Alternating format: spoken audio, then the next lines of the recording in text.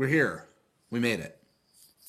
We have a very special guest, an expert, and I do mean expert audience, in what we call by the acronym of XR, Extended Reality, someone whom I've enjoyed knowing for some time in getting good information. Nicole Lassaro, thank you for joining us. Yeah, thank you for letting me come on stage. It's a pleasure to be here, Christopher. Certainly. It's time to explore. Let's chop wood. Who's Nicole? Well, she is, I have run, for those of you that I have not met, I've run Zeo Design for 29 years. And I have as a player experience design agency. So I've done consulting for all the major, game publishers and studios. I've worked on everything from The Sims to Diner Dash to The Matrix to Star Wars. And I was the first person to actually use facial expressions to measure emotion on players' faces while they played games. And the resulting model that you can see here in the background, the 4 keys to fun, is used by millions of leading developers around the world. It's baked into the AI for The Sims, inspired IBM Watson sentiment analysis, and kind of laid the groundwork for what we call gamification.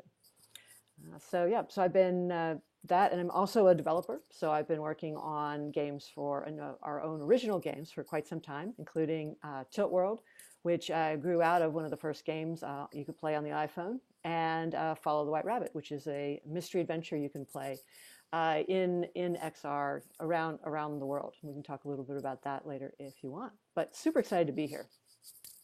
We have so much to cover. I have so many questions. I'll do my best, and having and showing a bit of restraint. um, I must ask, with where we find ourselves today in this pandemic that's still about, now firmly 19 months into the thick of things, if you will, we've seen dramatic change in technology horizontally across the board. And the XR industry certainly has not escaped that. I know that you keep your ear to the ground, and you are definitely a highway of information on what's relevant on the enterprise level, consumerism, and multiple different verticals in the extended reality space and other technologies. I have to ask you, what have you noticed that's different, that's perhaps changed these 18, 19 months? Share with us your insight, please, from your lens. Wonderful. It is a very exciting time. Coming into the pandemic, it gave us a lot of focus. It was very disruptive. It's one of the most disruptive chapters in human history, and it gave everyone a chance to rethink about what's really important to them and reconnect in new ways. And that was a real boon to a number of different technologies. I work a lot with companies about on their sort of emerging tech and taking that technology and then transforming it into a product that people actually want to use, create an actual experience for people. And the technologies I'm tracking most these days, under the there is the metaverse umbrella, if you will, for XR. We have machine learning. With Snaplin Studio, you can do garment segmentation, you can do hand tracking, all kinds of amazing things. You can reskin your own body as a live avatar and host a YouTube channel with it. You can also, there is the crypto lens on things, where you've got blockchain and NFTs and new ways of organizing with DAOs, decentralized autonomous organizations that, in some cases with like Access Infinity, their CEO said, yeah, we are a nation in the cloud of their players, right? This play to earn trend. And in fact, his ultimate goal for his company is to be officially recognized as this cloud nation by the UN. So that's some really interesting, really interesting stuff to think about. Yes, we've got the cryptos and NFTs, and then we also have a lot of advances in emotion and, an analysis and making this a richer, experience for everyone. I've probably forgotten a few, but those are kind of the big trends that I've been following. In a sense that we've found that with essentially where we're at is there's sort of like I like to call it the three eyes of the internet. With Web 2.0, with Web 1.0, it was all about information access. So I could, access the world on my hard drive, but nothing else. But with Web 1.0, I could access what's on your hard drive or on a different server. We could exchange, we could email, we could move around that, a lot of info. Web 2.0 was really more about interaction, so the second eye. And so with Web 2, we could interact with each other. And the birth of social media has transformed many things, many walks of life, from everything from politics to how we read news to, how we call a taxi.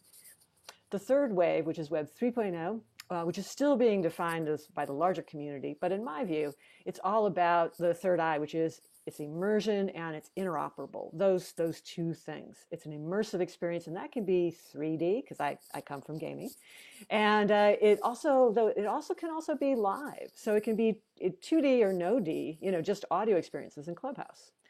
And it also can be immersive with social. And we see that with Roblox and a number of these other companies where user created content, people are creating content and sharing it with their friends. And like with an AR lens, like on Snap or, in Spark or some of the other AR platforms, you're actually, if you're a lens creator like I am, you actually are creating a tool for somebody else to use to entertain their friends. So that's where the interoperability needs to come in within the ecosystem. So we've got this creator economy was the one I was forgetting earlier as a trend, and we have this amazing like layer cake, new layers in this now, with the ability to create tools for other people. And there is no meta in metaverse unless it's interoperable, unless I can take an experience across different platforms. If I can create value in one and then transfer it into value in another. We can't have well, people will try. Companies are going to try the walled garden approach, the Prodigies and the AOLs of the world, if you remember that from the early internet. The internet is amazing because it's open and free. You can access information from anywhere. The metaverse is going to have to be the same thing. Let's talk about that. The metaverse. It's a subject that many in the industry that have been in this space for some time have been well aware of it. There's a lot of places to start in this conversation. For simplification and our audience listening with us tonight, what is the metaverse to you? So the first blush that I had, the first encounter I had with the metaverse is actually predates Snow Crash. It was, as a teen, I was reading Piers Anthony novels like a fiend. I read, I think, almost every book in the St. Louis science fiction book in the public library at St. Louis, where I was living at the time. And it was a book called Split Infinity, where everyone were so many people were serfs. It follows a serf character, and their job was to play games. And so they had this elaborate game complex, and you would jump into a tube, and then that tube would take you to an area. You would slide into a new area, and then you would play a game. And you get sponsors, almost like the Hunger Games, where you get a sponsor, and they would sponsor you to win or to lose and that sort of thing. And so there's a big competition. That is kind of the foundation of the metaverse. I love what happens in Snow Crash, but I'm even more a fan of what happens in Diamond Age, Neal Stephenson's other book. And the Diamond Age, which is it's also the Young Ladies Illustrated Primer, I think, something like that. And that kind of metaverse is amazing. It's a nanotechnology book. The book features this, and it's filled with a live interaction with an actual actor who plays an avatar in these world, and you get to go in through that book into different experiences, and it's actually a primer on leadership, which I think is big for me. So I'd say that the metaverse really is it's obviously the next generation of the web. It's also, though, the blurring between the physical and the digital. So it's building on Mark Wisner's work in the late 90s of ubiquitous or pervasive computing. So the data is just exploding off of our laptops into the real world. And then how are we going to interact with it? There will be immersive experiences. You know, we jump down that tube like you do in Split Infinity and you end up in a world, that portal. Or you have the real world is augmented in some way. But just like the transition between Web 1.0 and Web 2.0, it's not just information access. So when you put on a set of AR glasses and you can see everything identified in English or maybe in Spanish, or you can pull up someone's LinkedIn just by looking at their face. But that's not interoperable. That's not interactive. And so there are going to be whole entirely new use cases, and we need to free everything up so that we have the space. So we don't have the walled garden approach, but we have the space to create and the funding to try out lots of different experiences, so that we can get a really rich ecosystem with a lot of creators and developers, defining the future. Is the industry as a whole, and let's split it up. And audience, when I make mention of industry, augmented reality, virtual reality. You mentioned AR glass and the advent rise of what we're seeing coming off shelves or that are in prototype, which I know you know a lot about. And then obviously with what we're seeing with HMDs proper for full enclosure of virtual environments. Nicole, for the many years that you've been in this space and coming out of gaming and still there, is this industry heading in a healthy direction? I think the way in which I think that there is like a technology is always a two-edged sword, right? There's always stuff that you could do for good, and there's also stuff that you could get, we can also do, we can do a lot of harm with. And so what I would say is that there are a number of discussions, happening about ethics, about what it is, whether this is good or whether this is bad. There also, I really try and sponsor conversations about, well, what would, in a perfect world, what would the metaverse look like, right? What would it feel like? What could we do in that? And then get people excited to go build that way.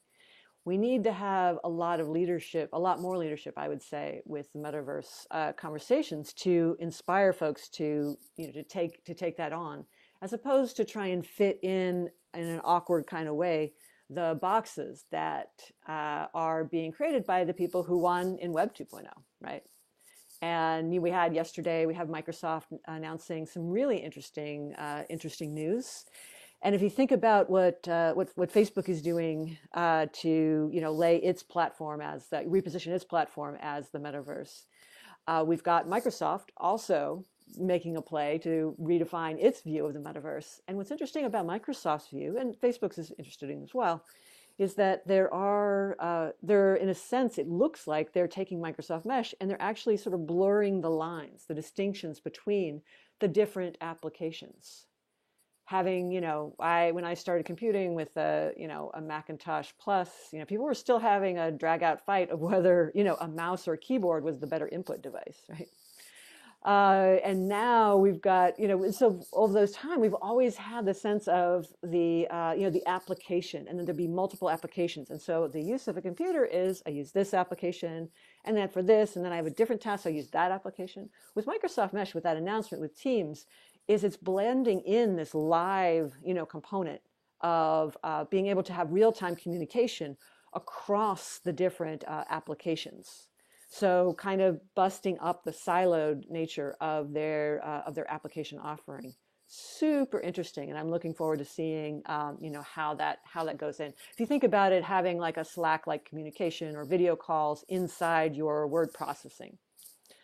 And everybody I know has always wanted to have, like, you're in Word, you're doing a document, a 40-page document, you need a table, and you want it to be in Excel because the tools are much better there, or whatever it happened to be. And, to make those interoperable. So again, like blurring the lines between these applications, I'm not saying that they're announcing anything on that level, but basically they're applying these metaverse kind of features to sort of move between them so teams can work better, with that. And as a blend of, holograms with the HoloLens and avatars, hologram avatars, and then, real video. We see on Facebook's side the development of Horizon Workrooms, and they've punched holes, again, interoperability, so that Zoom could come in. They punch a hole in the camera so you can see your real keyboard and type on it, right, with pass-through video. Those kinds of things are really fascinating. And so when we think about metaverse, it's a rethinking of the architecture of the software that supports how we live, work, and play. So super exciting times. Indeed. Let's talk about work, since you just touched on this. Mhm. Over this 18, 19 months, we have gone through a great transition. In many respects, some organizations say that we're never going back to the office. Oh. We now find ourselves in a remote hybrid work force where remote product delivery teams and distributed teams across the country and around the world are working from the comforts of their living rooms or their bedrooms, or maybe perhaps have to fit in a closet.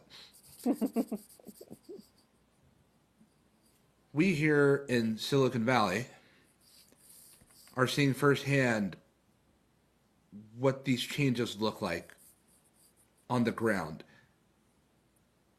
Now, I've spoke with several cybersecurity experts. It does leave us vulnerable, and there's changes that are having to be made for privacy and safety. Mhm. But let's talk about experience. What role do you perceive the XR industry playing and performing in this new remote hybrid work world that we now find ourselves in? Great. Yeah, it's a really fascinating one. We've had these security, concerns ever since we, invented like the laptop, my laptop here and the phone, right? There's nothing, that's nothing new, right? Our offices already got kind of meta when we could take the computers, we could leave the office and we weren't just handing in a deck of punch cards and, calling it a night, for our programs. I never programmed on punch cards, just to be clear. I'm not that OG. But my first experiences were like QuickTime VR. So that's 1992, 93, and when I played Myst, I just wanted to, I wanted a virtual world. I wanted to be in that world. That's why I jumped into games. But what we're seeing is that I always come down with my, when I talk with my clients or when I'm working on our design is, well, where's the value proposition? And for the metaverse, with distributed work from home, where's the value proposition? Where's that overlap? Right? Where's that overlap? And when work gets, spatial, when work gets 3D, when the job to be done involves, more than a pancake monitor, like most of us are seeing this talk on, then then holograms and stereoscopic projections make a ton of sense. The architecture review that we've all seen on every piece of VR hardware there is and AR hardware there is a great example of that. Or assembling an automobile, or like my friend Shelley Peterson, she's using the Microsoft HoloLens 2 to help assemble the Orion spacecraft. And so you can have a digital twin, and you can see what it looks like, next to the real parts. And then you can also project on the parts the assembly instructions and and the quality assurance, like right there. So when the work is spatial, I think that works really. That the metaverse really makes a lot of sense, especially a spatial one. Going back to more of the Microsoft, what I interpret the Microsoft vision of the metaverse is, in the context of yesterday's announcement, is that it seems like the live component is super important for for work for home, so that I can communicate around that document very seamlessly and easily, and just have a really great flow experience around the work that I'm doing. I'm not saying that we should like bring the office distractions, like, I can hear everybody on the, take a call from their doctor and that sort of thing, like you could get in the cubicle farm, or just simply have a camera on all the time so that we can just feel co-presence. But I am saying that there's going to be new ways to interact and interoperate with the each other's tasks. I'm very fascinated with like what does a development environment? I design. I also do a little bit of engineering. What does that look like if it was social? Like if I bring up Unity or Unreal and it was social, what does that look like? Because I'm so used to like just having it me, and then you check your work in and you can pull new work down. But is there, are we going to break that boundary? Is that going to be different? Are we going to be doing, reviews? Obviously, developing 3D content in 3D is ideal. And can my rest of my team, reach a hand into my world and then make adjustments? On the Zoom call, we could bring up a whiteboard and we could sketch and stuff on a flat screen. You can do that in Facebook's workroom, Horizon Workrooms. But if we can do depth, when the project involves depth, I think that's really, so if you're doing product design, if you're an ad agency, if you're doing anything in CGI, having that depth parameter or virtual production, all of that can be much more rich if we have these social features and real live time, immersive experiences. So yeah, it'll be really interesting. It'll be really interesting to see. Right now we've got Slack and we've got Zoom kind of siloed as separate applications, and we toggle them, we toggle through them.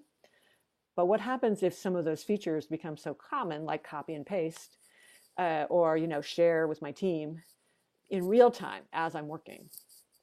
That would be good. Like everyone remembers probably the first time you did an online doc, like an online Google Doc, for example, and someone else could type and you could type too, that sort of level of interoperability, but in many more parameters.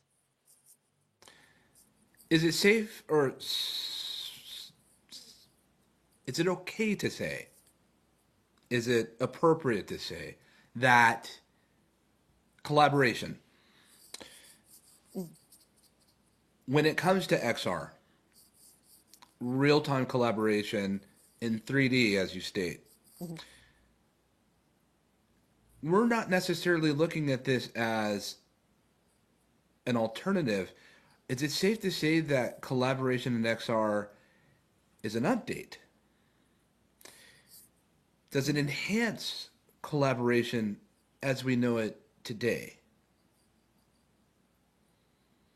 It has the potential to do so. I have a question about whether we will engage with cartoon shaped avatars in a real way. I do a lot of work in emotion, like I said at the beginning, and there's so much unconscious processing of other people's facial expressions that are required for communication. We've gotten better in many of these metaverse platforms to representing something that looks a lot more believable. But when we're running a canned animation or a canned AI sort of simulation based on my mic input, and it's reading the sentiment in my voice and then puppeting my avatar's face in result of that, I might not, I might actually be frowning or have a hesitation in my real face. And so that may or may not be captured on the cartoony version of the avatar. So I think we're going to be in this awkward stage until we get to full resolution of our faces. So until then, I think it's going to be more about the big advantage is going to be about the work that we're doing for collaboration and communication. The experiences that you can get. It's really, I think AR, especially AR, is really transforming the way in which we work with computers, especially with 3D content. So like I was fortunate to get the Snap spectacles, so I'm one of their early creators. So this is an early prototype, device that they're letting creators work with. And what's amazing about it in terms of workflow is that it's all self-contained. So there's no rope, there's no puck, there's no, it's not running off of my laptop, it's not running off my phone. And then I can just put it on, and now I can, start an application, and now I have a hologram, right in front of me, an experience, a hologram. I can then, with my hands in real space, I can adjust it, make adjustments. Is that what I want? Is that how I want to do? If it's a puzzle game, can I put these pieces together here just with my hands? And then if it was like, that's not quite right. So then I go back to, this is still on me. So then I focus onto my laptop keyboard, right, and Lens Studio on my screen, on my flat screen, my pancake monitor. I make some adjustments to that, and then I, hit send to Spectacles, and now the puzzle rearranges itself, and it reboots. And it's like, okay, with the new version, it's like, oh wow. And so this, I'm working in 2D, on my computer, and then I'm working in 3D with the content here. That is just a complete game changer and a complete change on how we think about computing and how we actually use computers too, as well. Not all content should be 3D, but the ability to express yourself in 3D and new concepts in 3D and experience it with something as lightweight as these Snap Spectacles, that's revolutionary. That's absolutely revolutionary, and a big part of what we're going to have with the metaverse.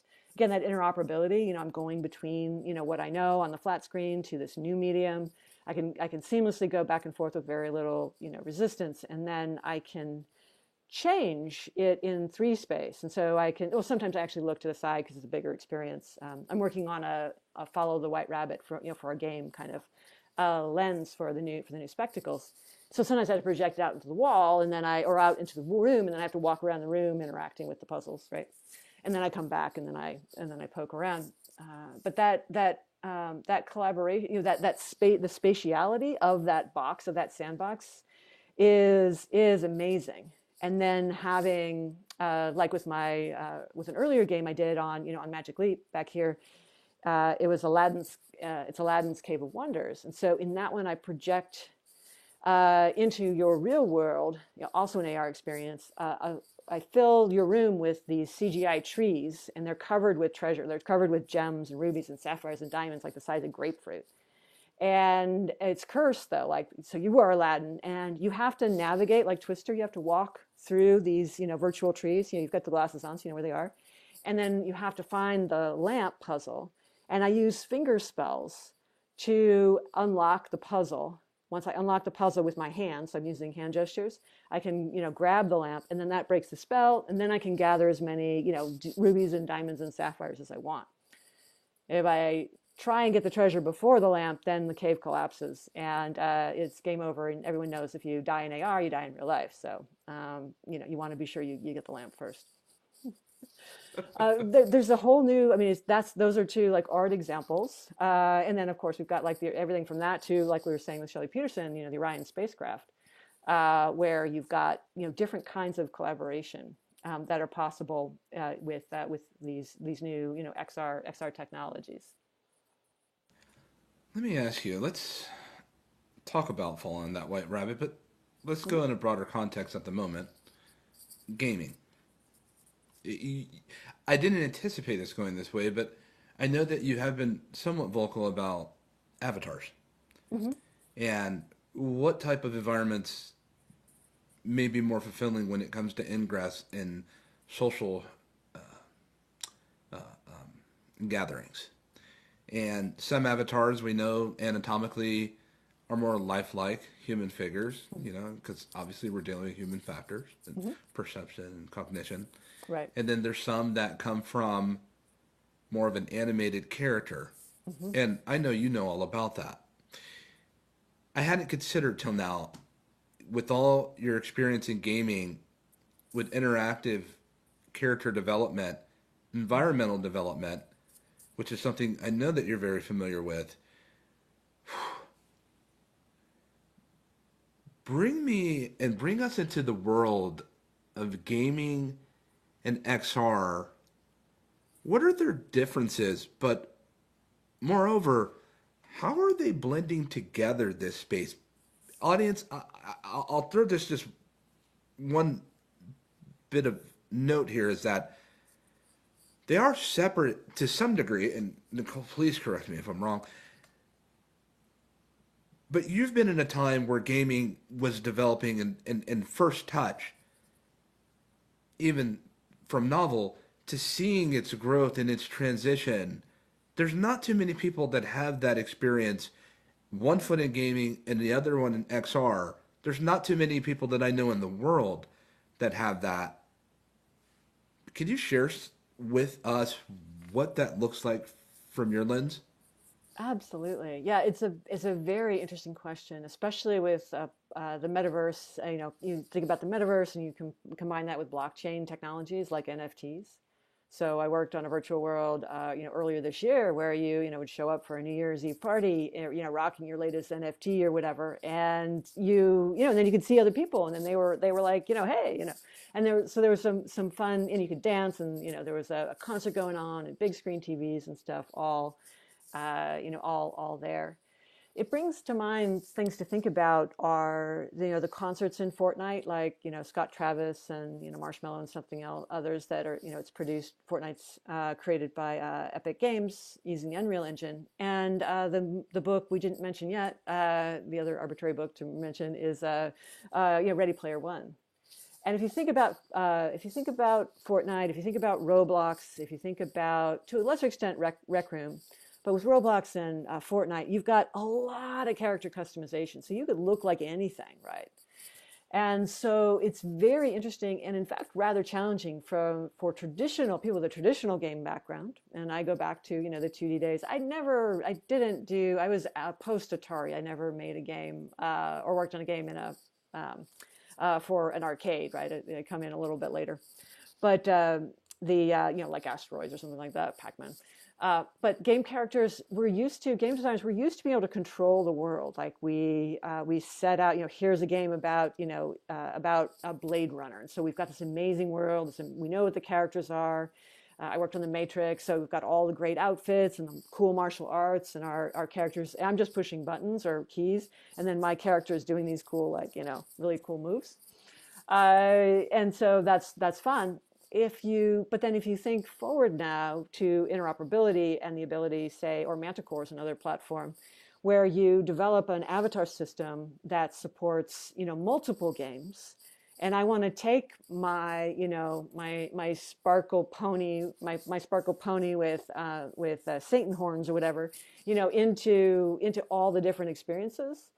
It's really challenging for many game developers to think, oh wait, but no, this is set in medieval times. This is this is men in tights in World of Warcraft and ogres and stuff like that. I don't want sparkle ponies.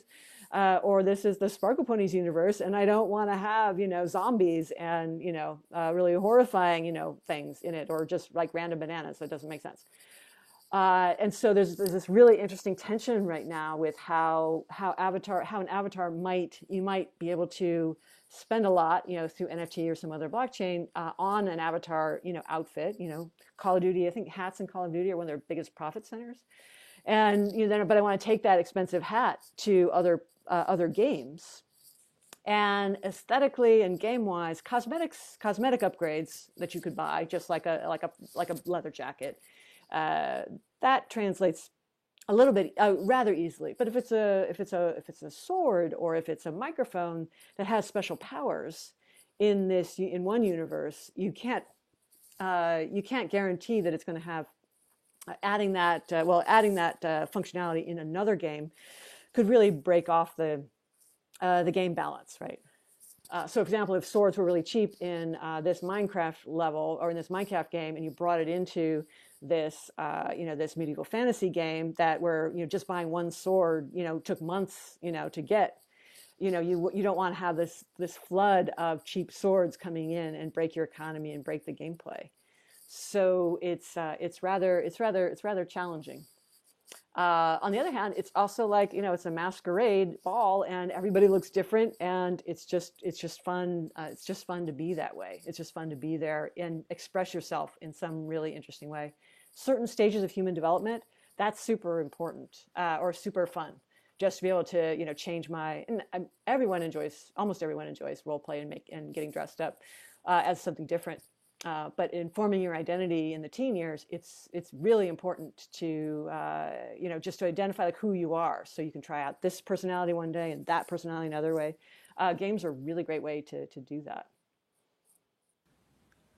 Let's follow the White Rabbit, but first we need to go back to this beginning of your exploration into the space that you find yourself now. What did it take, and for the audience listening, what did it take for you to follow the White Rabbit? Take us back to when you knew the direction that you were getting ready to head in, or that you began heading into a direction that you had no idea. Yes, sometimes you're going in a direction you have no idea. Sometimes those are the best adventures, for sure. And with XR, it was kind of like that at first. And as I understood the platform, whether it was VR, on the original Gear VR, to the original Rift, the original dev kit DK1, to the Magic Leap, to AR on the phone, I started to realize that what XR really is, what the metaverse is the metaverse is really a ticket to Wonderland.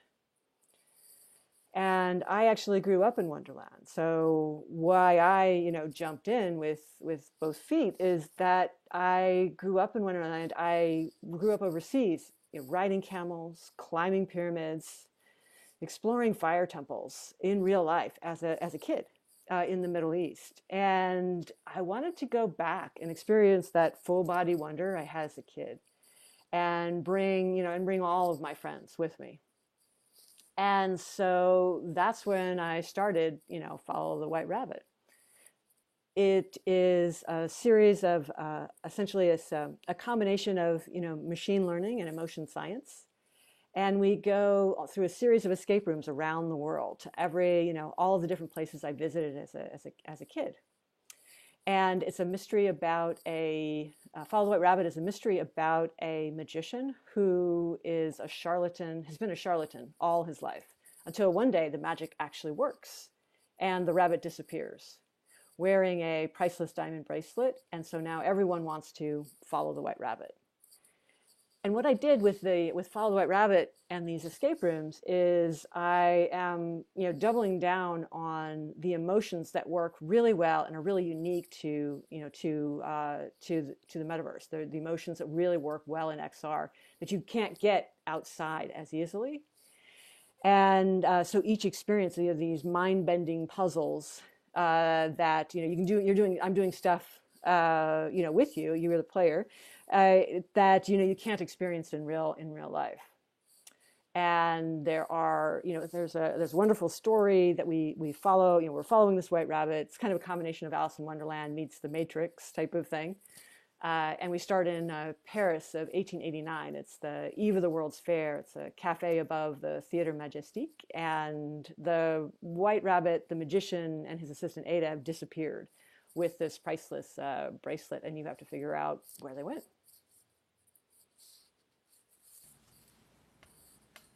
Artificial intelligence. In the great ecohabitat of technologies such as XR and virtual augmented reality and artificial intelligence, with flanked by machine learning and deep learning and robotics, mechs and androids, and so forth and so on, AI seems to be one of the only few technologies that influences, to some degree, all other technologies.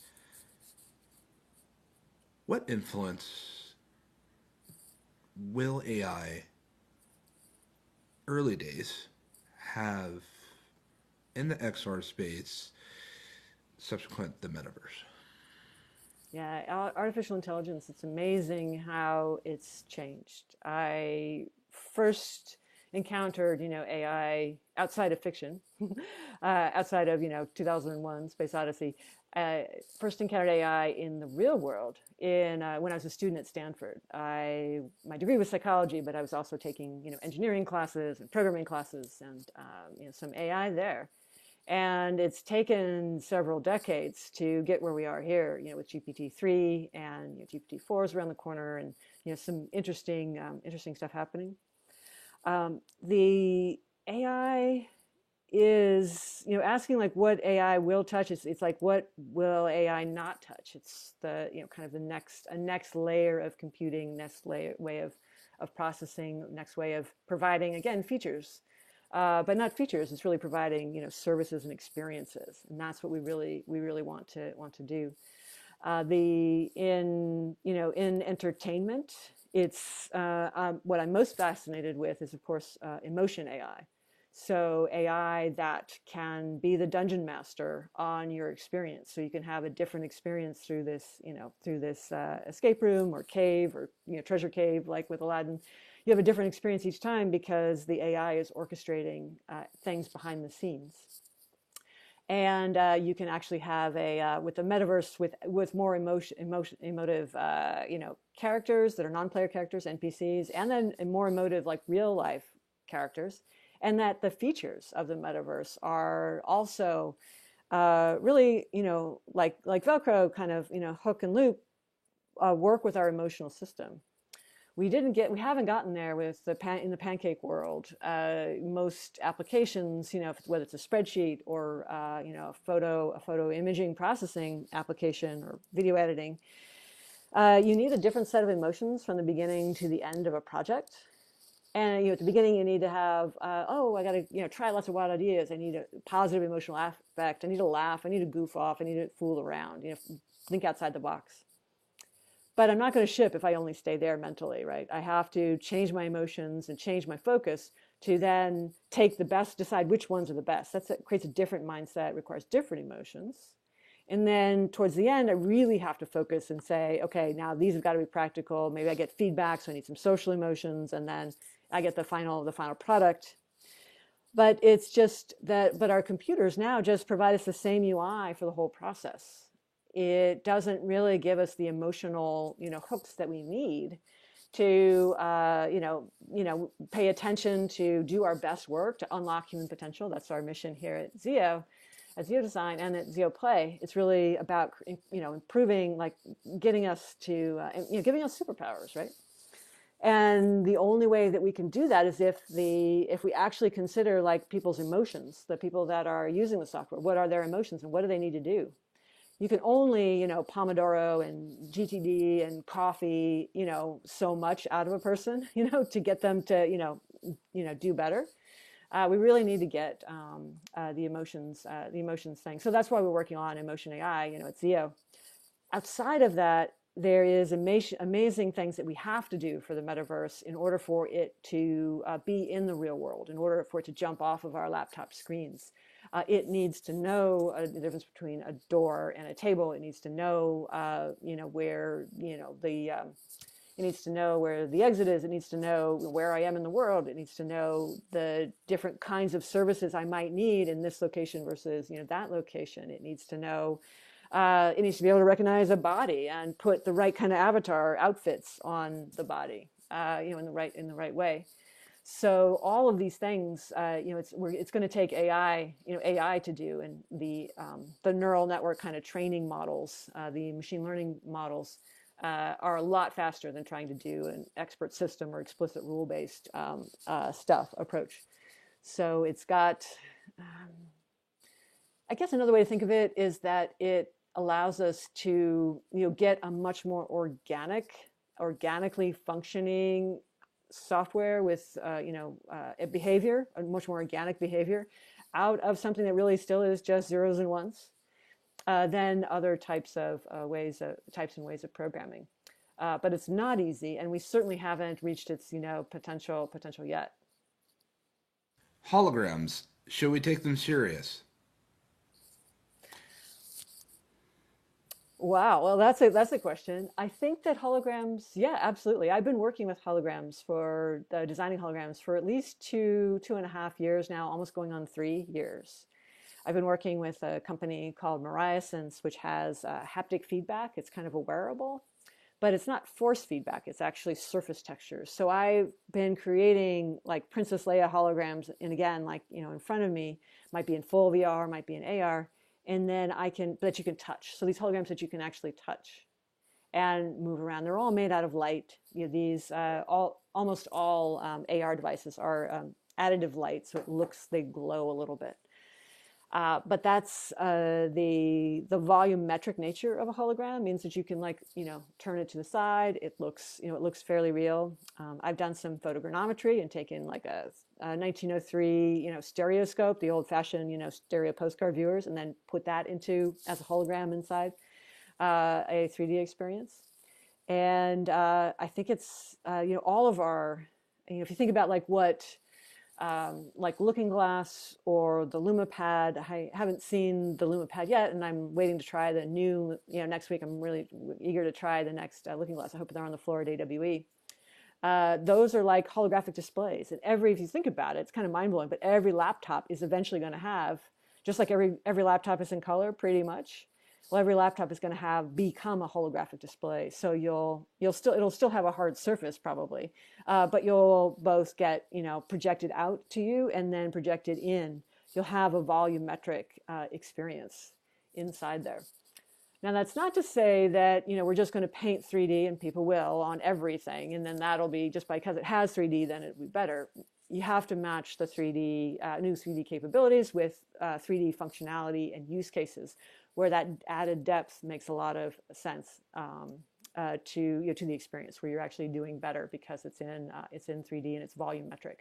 But volumetric computing, volumetric displays.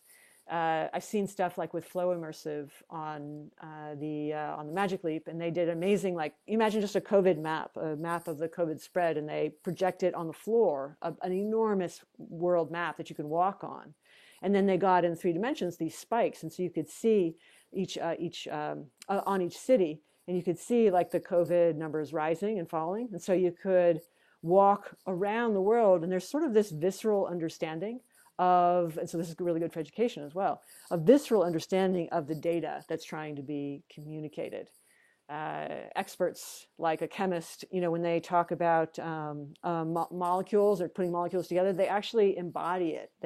They'll put their arms up as if they are the molecule. Doing that in 3D is going to be, again, giving you, even more superpowers, I think. Give us 3 out of your top 20 XR startups, platforms, corporations that you're most excited about today. Yeah, that's a toughie. Because I think that the 2 that I'm watching a lot right now is in the AR space, with glasses coming. The form factor of whether it's I did a game called Unscramble the Oracle on Bose AR. So these are just normal sunglasses like the Facebook stories, no camera, but they had pose. They have a motion sensor. So I did an audio only choose your own adventure. You play walking around the block. With Patrick O'Shaughnessy and Michael and David Fox and Michael Krabs. Yeah. And so, but I mean, if you just put these on, that is a lot better than a lot easier, socially acceptable than a box on your face. And it's a lot less dangerous because I can still see out. Even they can be dangerous if you get like lost on Arrakis and Dune, and then whoops, wait a minute, I'm supposed to be crossing the street. But yeah, that's a real game changer. So I'm really fascinated with both Spark and now with the new upgrade with the new upgrade that they talked about. Facebook talked about Spark, last week, and then Snap Lens Studio, which also just updated the Lens Studio. A lot because related to your earlier question with machine learning, they're doing so much about the body right now. And a lot of it's ad driven and, on the business side, and, you're getting immersive experiences. So I can try on the hat or the glasses or the outfit, or I can play a game with my body, sponsored by, a beauty company or a clothing company, something like that, or a sports drink. But because it's got so much, I'm reimagining my body, I think I'm tracking both of those really, really closely. And in terms of what's going to come out. Now, I think the third one, of course, would be Apple. I really want to, whatever glasses or stuff they're going to be putting out, I'm buying like on day one. I was one of the freaks that, bought this on day one. I, was in the line, around the street and doing interviews, though. I was being productive about like, what did you think about the iPhone? And I was trying to get an emotion profile of it. But I'm really bullish on the AR pass-through, kind of lenses that we'll get that you can wear every day. And then I'm also like whatever Apple is doing. There's so many other interesting things that are happening though. I think that, the larger companies that are trying to decide the software of the metaverse, the value proposition there is going to come from a small company. It's not going to become. It's not going to come from the big, the big five or the big 10 or whatever. The arch they will be very good at designing the hardware that it'll run on, because that takes billions and billions of dollars to do. But at that size, companies that size, they find, in my experience anyway, it's very hard to, innovate, develop new use cases. Usually buy your innovation, usually acquire. That's why they acquire all of these companies for their patent portfolio, for their users, for their team, or for the, experience itself. So I think that the other group on that spot that I would be tracking is somebody that, we haven't heard of yet. Just three more questions for you. I literally am using as much discipline that I can muster because I could burn some midnight oil with you right now. Meta. The new Meta. Is the jury still out with you on the intentions of what they expressed, of what they want to contribute to the metaverse? Yeah, I am still fascinated by what we saw last week, and the announcements, and what's going on what might be going on behind the scenes. Just reading the tea leaves. But I'm really good at people actually hire me to read tea leaves. So it's like, why did they say that and that and that? So very, very, very fascinating. The choice, just to start from the top, the choice of terms. So it's Meta Platforms, by the way. And the stock ticker is MVRS, right? Metaverse, right? And interesting choice. So it's a linguistic thing of trying to own one of the central pins of the communication that we all do. And then they're going to do Meta Oculus, Meta this, Meta that. It actually pairs well with many other words. But there are all of these companies that have Meta in their name already, right? There's Meta Materials that already has the registered trademark on their thing, and it's really quite fascinating to see. It'll be interesting to see how it moves out. And then you compare that with the Google rebrand when it wasn't a rebrand as much, but they made a Meta company, Alphabet. But in practice, nobody uses Alphabet. We all call it Google. We know it's Alphabet, really, but we just all call it Google. And so it's going to be really interesting to see if they are able to, if that's their goal, if that's Facebook's goal to switch from Facebook to Meta, or if it's going to just remain Facebook because that's what we all know. And so I think that's quite fascinating. They did an amazing job of an amazing video of like what it could feel like in the metaverse, in their view of the metaverse. For the keynote. The keynote was a representation of the metaverse in a way. It was all spatial. No PowerPoint, no stage. No artificial stuff. It was just everybody in different environments, and people would come and go, mostly as real people, right? But you could imagine that being an avatar. And then they would launch different experiences, from inside, wherever. So it was a good walk the talk, in a sense. But then in terms of the talk, what really got announced? I mean, what are they really shipping? And what does that look like? So the call to action for that event was, and the year before, the call to action was, buy an Oculus 2. The call to action here was, we're changing the name of the company. And that's a good marketing move, right? Because all the energy and excitement goes to that.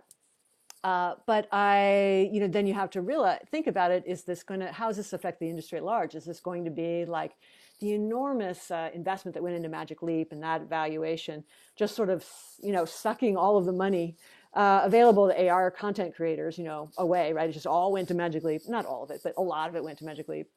Is it going to, how is that going to, affect the larger ecosystem? They've made some really interesting, really, really smart moves. They've acquired a number of companies over the years. They've acquired some of the top performers from the indie studio. So I believe they acquired Population One, they acquired Beat Saber, and now they acquired Supernatural. And Google had acquired Tiltbrush, but then they've open sourced that. So that's an interesting move. So now they have not just 30%, going in, but the full value of that, that coming in as revenue, which is great. And the jury's still out on Horizon. Horizon, you have Horizon Worlds, you have Horizon Workplaces, and then you have Horizon Home. And Horizon Home, they said, oh, it's written in C++, which is interesting. These other layers are written in Unity. And so with that, it's kind of interesting. There's an opportunity for more performance, obviously, possibly. And then what is that going to look like, the Horizon Home experience? And so that, that could be really interesting. And again, it's invite everybody over and have these social experience. So it's quite possibly going to feel a lot more like a metaverse where it's live, it's social, and it's 3D. So those were kind of my top takeaways, and we will see how it goes. I was a little disappointed, or I really wanted to see more investment in other titles. So they had, some really core and very, amazing games, they're partnering with, and that will launch on Quest 2. But we didn't see, if the metaverse is for everyone and not just, white males, for example, then they didn't announce, even something that's, kind of at least cast-wise diverse as Overwatch, I don't think. Or puzzle games or story games or, Animal Crossing style games, other things weren't key. You had to go to there was a chessboard behind Zuck for one segment, and then he did a surfing game illustrated, in another segment. But neither of those were actual games. I mean, they weren't actually being produced. You couldn't buy them on the Oculus Store. There's no team attached to them. Those were just kind of illustrations. So I thought that was sad, actually. I thought that was disappointing. Because the metaverse is for everyone. It needs to be open. It needs to be inclusive. And if we only import the best-selling games of the prior Pancake experiences, we're losing out on a lot of potential. You can't just see gameplay through that, controller and flat screen, kind of thing. And if I can go on for one more thing, which was really important, is that he did say that that Facebook is supporting the open metaverse, he wants it to be open, but then jumped right into supporting WebXR, which is amazing, and bringing in all the 2D apps and stuff like that is amazing. But I want to be sure that we're talking about an open WebXR, an open experience, an open metaverse for other things that aren't 2D web apps, right? Other kinds of things, because we need that, interoperability. And my concern with that is that if you're getting, if you watch Carmack's talk, we're going to get this flood of new 2D content coming into a 3D world, and that's going to be fun. That's you're going to get the unit count in a sense. You're going to get the number of titles. The titles will go up. But then they're going to be, are they going to be even redesigned for, 3D? Or are they just going to be flat? Right now it seems like they're going to be ports, and so they'll be flat. So we need to really invest quite a bit more in the metaverse with diverse creators. Absolutely. I really wanted to see the 150 million they put in was going to create educational content. Very smart strategy move. For training people to create Spark AR lenses, right? Or other kinds of things. It wasn't necessarily for experiences that were educational, which they have done in the past in early versions of Oculus. So yeah, I have a lot to say about Meta. The Meta conference last week. So, but that's what and one more thing. It's called Connect. And the other thing I was disappointed with, it's all really challenging with all of us. I mean, I'm excited for AWE next week because it'll be in person, but there wasn't the ability to connect. And that was true last year as well. It's so I'm used to going to, the Chinese theater in Hollywood or whatever, and eating chocolate covered bacon snacking on chocolate covered bacon, and then meeting my team, right? And then meeting new people from my team, right? There wasn't a social space at all. You could just chat on some of the, alongside some of the videos, and most of the videos were pre-recorded, and so it wasn't even live. There wasn't okay, we're going to all move to this talk and this talk and this talk, so we could collect and exchange business cards or talk about stuff. They didn't support that. So there were lots of back channels, on Reddit, on Twitter, and that kind of thing. But and on Discord. But I was disappointed that it couldn't be more about connecting with developers, because that's what we need to build the metaverse. My final two questions for you. One, how do people get a hold of you and for what? Two, what's the most important thing that we should know about you and work? I'll take the second question first. The most important thing is that, I am all about unlocking human potential through play. So I am all about taking emerging technologies and creating experiences for people that they love, that they, use again and again, that they share with their friends. So it is a very human centric, things that I do. And it's also strategic, though, and it is always got the business goals in mind. And I'm a business owner myself, so I understand a lot of the mechanics. And I've got my eye on crypto. I've got my eye on like how all the business disruptor stuff. So that's the kind of important. I really want to see technology unlock human potential. And then you can reach out to me just with my name on most platforms. So you can reach out to me on LinkedIn that way. I'm also Nicole Lazzaro on Twitter. Our website is Zeo Design. That's xeodesign.com.